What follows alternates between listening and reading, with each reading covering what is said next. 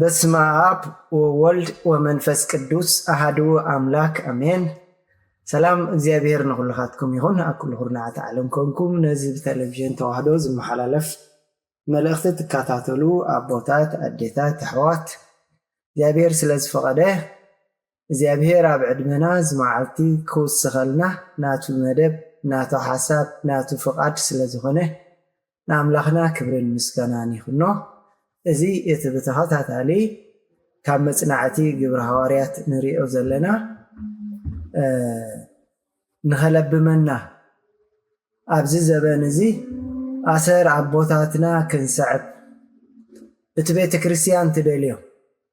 እቲ ዘበን ዘምጽኦ እቲ ንሕና ንደልዮ ዘይኮነስ እቲ እግዚአብሔር ዝደልዮም ትቦታት ዝሰረትዎ ኣካይዳ ምእንቲ ክንከይድ ክሕግዘና ተባሂሉ ካብ ምዕራፍ 1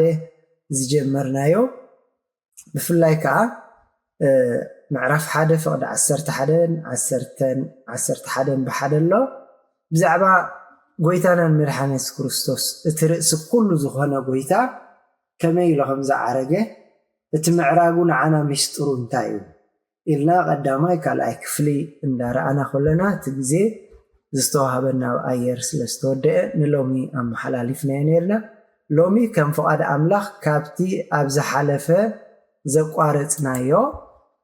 ኣንቢብና ምልስ ኢልና ሎሚ እውን ነቲ ንሪኦ ዝነበርና ብዝሓለፈ ልክዕ ከለብመና ክሕግዘና ብዝኽእል መንገዲ ክርዮ ኢና። ግብረ ሐዋርያት ምዕራፍ 1 ፍቕዲ 11 ብሓደ ኣሎ ንሱ ክዓርግ ከሎ ይብል ፅሑፍ ቅድመይ ዘሎ ንሳቶም ከዓ ናብ ሰማይ ገጾም ክጥምቱ ከለው እንሆ ፃዕዳ ክዳውንቲ እተኸድኑ ክልተ ሰብኡት ኣብ ጥቕኦም ደው ኢሎም ነበሩ። ኣቱም ሰብ ገሊላ ስለምንታይ ናብ ሰማይ እናጠመትኩም ደው ኢልኩም ዘለኹም? እዚ ካባኻትኩም ናብ ሰማይ ዝዓረገ ኢየሱስ ከምቲ ናብ ሰማይ ክዓርግ ከሎ ዝረኣኽሞ ከምኡ ገይሩ ክመፅእ እዩ በልዎ። ብጣዕሚ ዘገርም ከምቲ ብዝሓለፈ ንሪኦ ዝነበርና ሕስብ ከተብሎ ከለኻ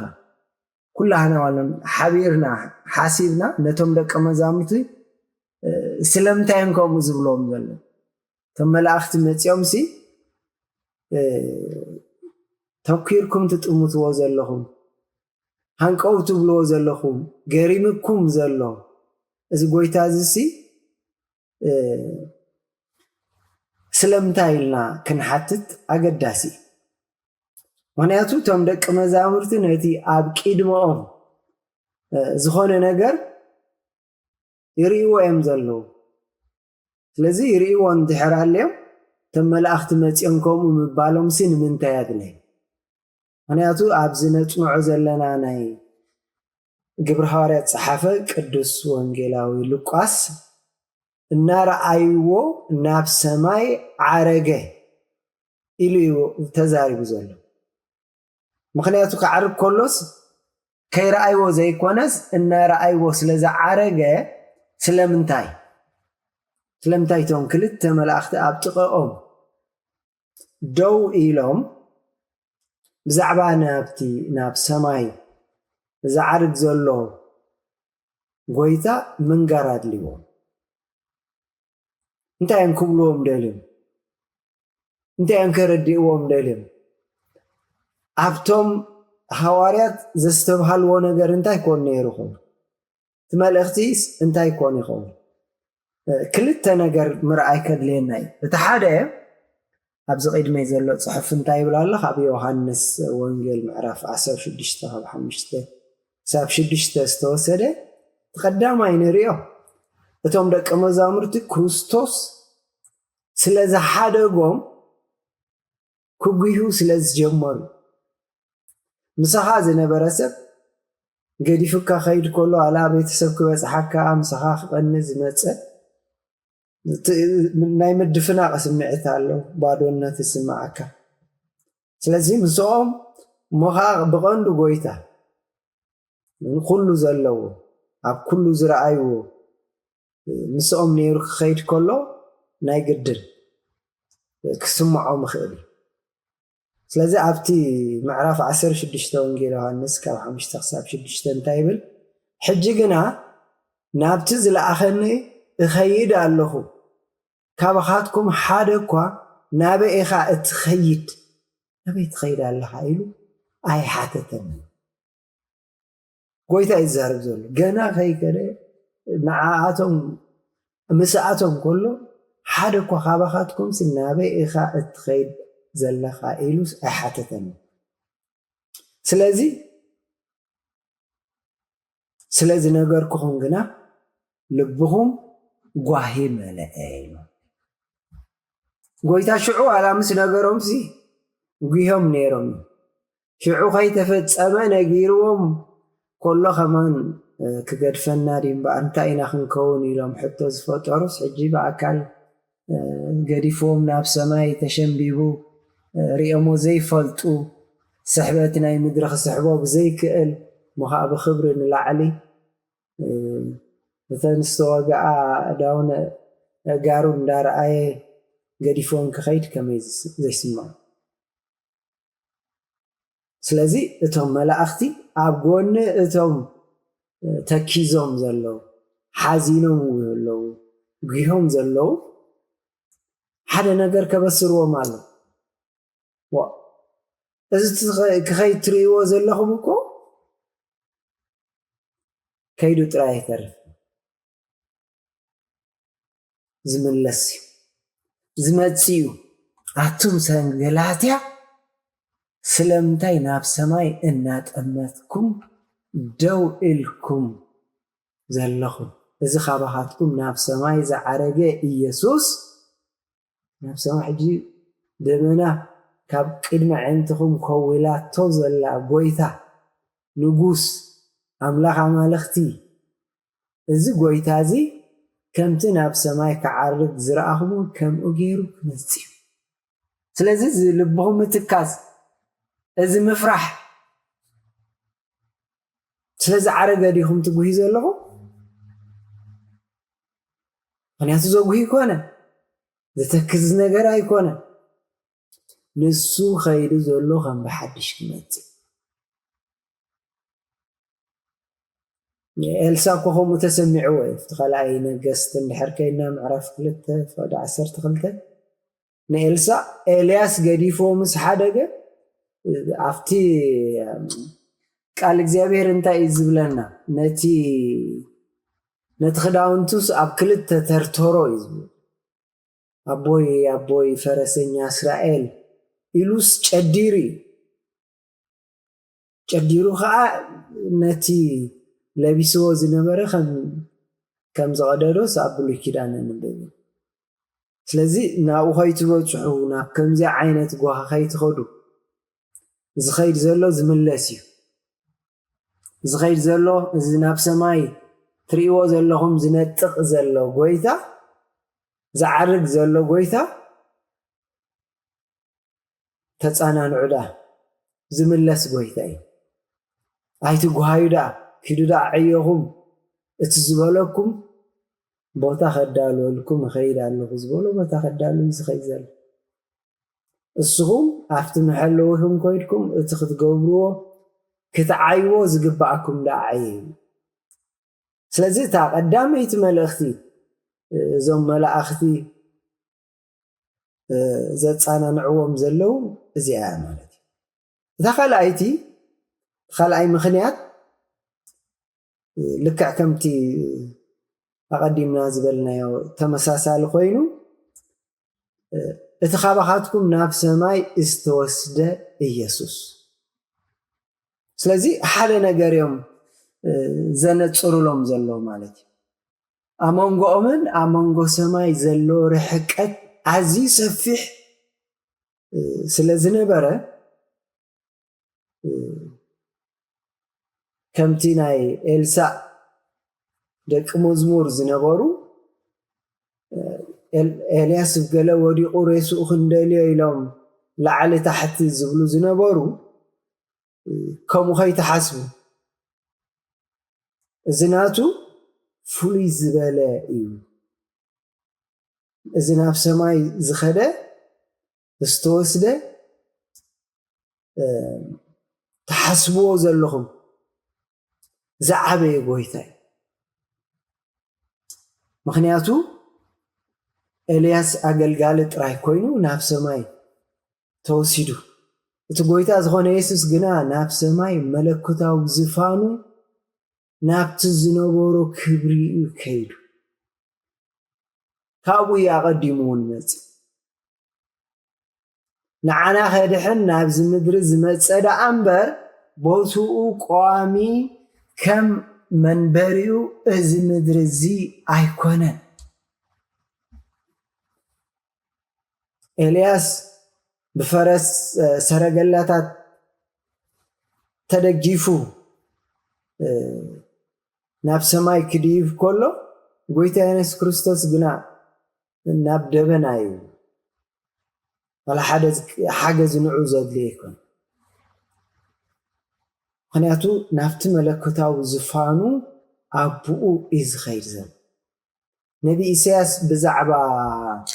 زي حساب زي أب مصحف إسياس معرف تشعت فقد معرف عسير تشعت فقد عسحر كحدثي زدنا أنا قالي تقولتني እግዚአብሔር بقلتف دبناي يوصي لك تقويتا كمي جيرو دبنا خسع زخولو كم زخدسي لك أنا زتن بيت زسني مالك بحاجة زي دليو እግዚአብሔር بقلتف دبنا يوصي حاجز بزي دليو قويتنت بزخونه بتجزئاته بزخونه إلسا قل كم تبكال أي نجست معرف كلتا فادي عسر سلستم تايزلو نتي إلياس كأخاو زودق على علو أب يوردانوس المقالون دابله لبس قديفو ني إلياس كخون زقدفلو كما عينت أيكون نايز قويتازي أكايدا نافتنا يكدم بوتو زخدو يسوس مس عرقه نخلهم دك مزامفتو ጸጋ ሰደደለው ከምትናይ ነቢ ኤልያስ ንሓደ ኤልሳ ዝጸጎት ክትድሕር ኢኻኒ እቲ ኣባይ ዘሎ ጸጋ ባኻ ኣጽፍ ኮይኑ ዲቢ ዝበሎ ንሓደ ኤልሳ ነቢ ጥራይ ነይሩ ናይ ጎይታና መድሓኒ ኢየሱስ ክርስቶስ ግን ንኹሉ ዝኸውን ጸጋ ምክንያቱ ብዙሓት ሰባት ብዙሓት ዘጸጉ ንብዙሕ ሰብ ከዓ ክብሪ ዝህብ ዕርገት እዩ ነይሩ ማለት ክብርን ኣምላኽ حواري قدس باولوس تحد زدنق نجر إلولو بزعبا زناي معراج ناي ويثانا مدحنينا إيسوس كريستوس قلت كله أفتي نتسلونك أفتناي رابع أي معرف فودي عسرت شدشتن عسر شوعتن ويثا بعلوي بناي تأزاز شدرتات بدن تسلك أملاختي بملخت أملاخ كاب سماي كوردي إذن بخريستوس زموتو قدم كتنسوية بدحرزي نحنا بهوت نحنا زلنا نمقبال قويتا عب أير مساتاتهم حابيرنا أستوعلو بدبنا كنلا ከምኡውን ንሓዋሩ ምስ ጎይታ ነበር ስለዚ ዕርገት ናይ ጎይታናን መድሓኒት ኢየሱስ ክርስቶስ ንዓና ንህዝበ ክርስቲያን ንኣመንቲ ዘለዎ ተስፋ ኣብ ኣገልግሎትና ፀኒዕና ንኣምላኽ ብሃንቀውታ ብተስፋ ንፅበ ዘለና መልእኽቲ ኣስዩ حرا ቅዱስ ጳውሎስ ነዚ ስለ ዝተረድአ ብድሕሪዚ ንሕና ብሂወት ፀኒሕና ዘለና ንምቕባል ጎይታ ኣብ ኣየር ምሳታቶም ሓቢርና ብደበና ክንለዓል ብደበና ፀብለል ኢልና ክንቅበሎ ኢና ተንሳፊፍና ክንቅበሎ ኢና ንሓዋሩ ከዓ ምስ ጎይታ ክንነብር ኢና ኢሉ ይጠቅስ ክብርና ኣምላኽ ንይኾን እምበር ኩሉ ሰብ ግን ኣይኮነን በታ ምጽኣቱ ዝሕጓስ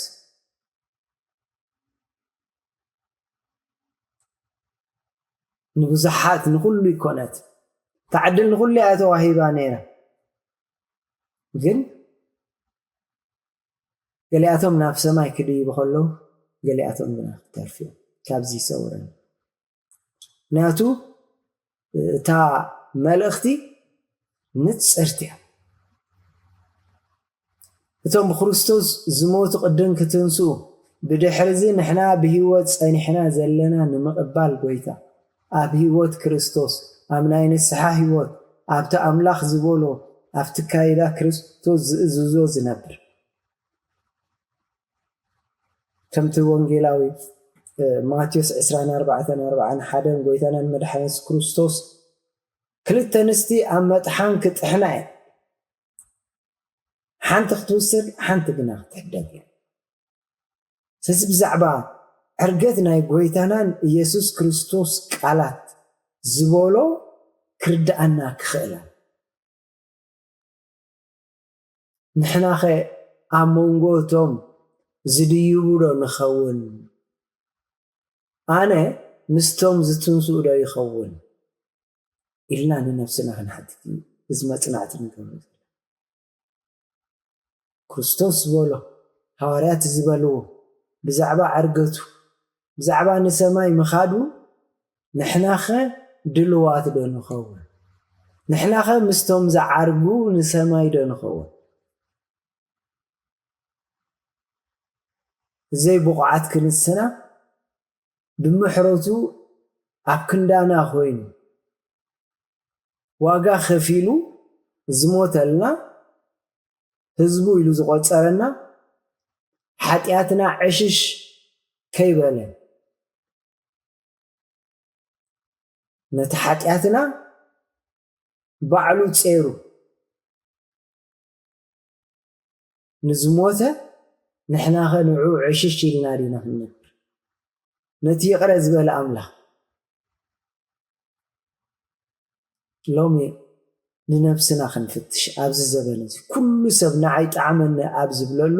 ናይ ኣምላኽ ነገር ድሕሪት ኣብ ዝተሰርዓሉ ብዛዕባ ክብሩ ሰብ ብዛዕባ መንነቱ ትሒቱ ከይረአ ኣነ ዶ ካብ ክስታይ ንኢሰ ኢሉ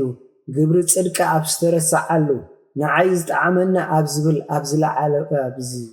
ላዕሊ ጥርዙ ዝበፅሓሉ ግዜ ብዛዕባ ዕርገት ክንሓስብ ከለና ንነፍስና ክንፍትሽ ይግባአና ስለዚ ኩሉ ግዜ ብዛዕባ ዕርገት ክንሓስብ ከለና ኣብ እሙራ ደጋጊመን ንሓጢኣትና ከዘክረና ብመሪር ንብዓት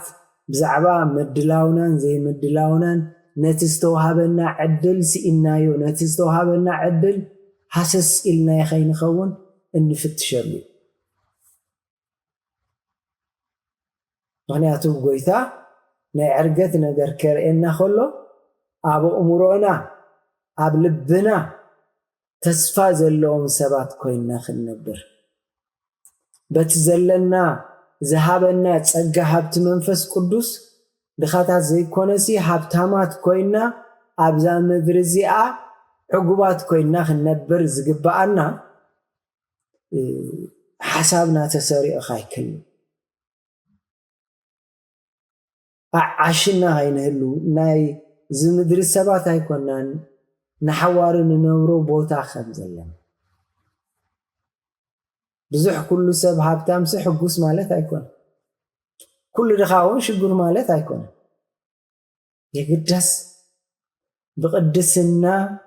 أصفن دربن كوينا ننبر دو عين ننبر نيتي أبزم درزي أقدس نتناي أرقت تسفان دا قبرنا نسماين دا تأمتنا دون ننبري تقن دا أقدس تي أب دبنا زديبه أنا نعو خدي بقع كوينا دو نعو كمتي إلسا سلسة كلتا عصف خوينو كرخبو استمني نحناخه بعصفن بدربن أبانا كفتسم دليت دلنا قدس يوحنس أفورك انتايل الله إذا أبدبنا خدي بقع كوينو الترخبه برخون سلسة ساعة التبارخاني بحقي حسمن سلسة عصفن حسمن ولاون كاب كله ذهبت من تخنه كابتم زتقفوا يو زقود صارينو تي نتي ناي وعلت ناي كروستوس زي جنزب تلو زي ردا اندحرالو جن يبلالو نسو اتسبتي أزيو نتمعراقتي زي رأي أزيو دخاي أزيو زتوقواسا قولي سلسة عطف أزيو زتوقواسا قولي كابتم طفعاتي خا زي كابتم هابتاما زي كونه كابتم دخاتاتي زخوون نزي ناي سماي عركت انت زي رخيب يلو معرخن دي كبدت كم زلوو أتم ساي بقلاتها سلمتاي ناب سماي نات أمتكم دويلكم زلهم سلمتايهم دويلكم إذا خابخاتكم ناب سماي زعرق يسوس كنتي ناب سماي كعرق زرعهمو كومو غيرو كمتسيئو زبالهم أزي نحنا كنحسب ምክንያቱ እዞም ሰባት ደቂ ዓዲ ገሊላ ከም ዝኾኑ ተመላእኽቲ ፈሊጦም ኣሎ ስለዚኦም ከዓ ኣቱም ሰብ ገሊላ ዝብሎም ዘሎ ኣብ ታሪኽ ወዲ ሰብ ከምቲ ጎይታና ኢየሱስ ክርስቶስ ኣብ ልዕሊ ደበና ዝዓረገሉ ንቤተ ክርስቲያን ኣብ ሰማያዊ ብሰማያዊ ኹሪ ተዓጂባ ናብቲ ናይ ዘለዓለም ክብራ ፍጹም ክትዓርግ ካብዚ ዝዓቢ ሓጎስ ካብዚ ዝዓቢ ክብሪ ኣምላኽ ዘዳለወላ የለን ነዚ ኩሉ ግዜ ክትጥምት እዩ ዝደልያ ማለት ናብ ሰማይ ዝጥምቱ ዝነበሩ ስለምንታይ ታይ ስለ ዘሎ ምክንያቱ كلاتهم عندهم العلم قويتا ناب سماي كيديب كله يرئيبو نبرو منالباتون دحرو انتاي كم زخون بعمقت يصبين يرم يخون يخليا زغدايزي اشغار نيري ارغت نسمع عرق يلس تخيلوا شعو زملاس ونسيلهم نيرم كخونيم هنياتو دحر عرقتو انتايهم تاي كخون تاي كفتسم زبل ون تايكون يخون يلكا تحرر كبلو ناي قد تخال أي نتبي قالي آتم متعمل قستي ناي إسرائيل التمسرات اللو بويتا خاب حارا ناي روما قزازا ناس أزو تصوم أزو تراي قابل بوم سقاو حساب حسيبهم نيرم كونفا نفس ما يزيد أمتهم جلوا أنا لا إسرائيل كوا قالنا هبزلو خبابينا نساقت كون بر كم زي مثلا نايلهم كونفا الثالثة نتبي أقدموا ناب سماي كم زعرق دحرون كم زملس نجيروا منيري بو زملس بقول مسيلهم كخون بحد سينوان بتصحيلو زمت مسيلهم كخون يخير تا رابعيت نتبي تا تجرم أبز جن እትግርማዊ ዕርገቱ ኣዝዩ ዘደንቕ ትርኢት ነይሩ ክብሪ ንኣምላኽ ይኹን ክዓርግ ከሎ ጎይታና መድሓኒት ክርስቶስ ብዘደንቕ ልክዕ ከምቲ ተኣምረታዊ ለውጢ ከምቲ ማቴዎስ 17:4 ኣብዚ ምህላውና ክንደይ ሰናይ ዘብል ኣዝዩ ብዘደንቕ ነገር ስለ ዝነበረ ናብ ሰማይ ክጥምቱ ሃረር ከብሎም እንታይ ኮኑ ትፍጻሜ ኢሎም ክጥምቱ ኣዝዩ ገዳሲ እሞ ኸ ንሕና ሎሚ ኣቦታት ኣዴታት ኣሕዋት ኣብ ኩሉ ኩርናዓት ዓለም ኮይንና ዘሎ ኩነታት ናይ ውግእ ጥሜት ሕማም ምስኣን ምርካብ ፋሕ ምባል ስድራታት ኩሉ ኩነታት ዘይምርድዳእ ኣብ መንጎ ስድራ ቤት ኣብ መንጎ ፈተውቲ ኣብ መንጎ ኣሕዋት ኣብ መንጎ ሰብ ቃል ኪዳን እዚ ኩሉ ክትቆፅሮ ዘይትኽእል ኩነታት ኣብ ዘለወሉ ሰዓት ናበይ ንጥምት ናበይ ተስፋ ንገብር ንጥማትና ልክዕ ከምቶም ሃዋርያት ናብ ሰማይ ዝጠመትዎ ዶ ንጥምት ወይስ እቲ ኩነታት ዓብሊልና ኣብኡ ጥሒልና ኣለና ቃል ኣምላኽ ሎሚ ንዓይ ንኣኻትኩምን ዝብለና ዘሎ ንጹር መልእኽቲ እዩ እቲ ናብ ሰማይ ክዓርግ ዝረኣኽሞ ስልክዕ ከምኡ ኢሉ ክምለስ እዩ ዝኩሉ ውግእን ወረ ውግእን ዘሎ ምምላስ ናይ ጎይታ ዝኩሉ ፍቕሪ ምጥፉእ ዝኩሉ ንዓይ ይጣዕመኒ ዝብል ስስዐ ምምላስ ናይ ጎይታ ዘመልክት እዩ ስለዚ ድልዋት ደለና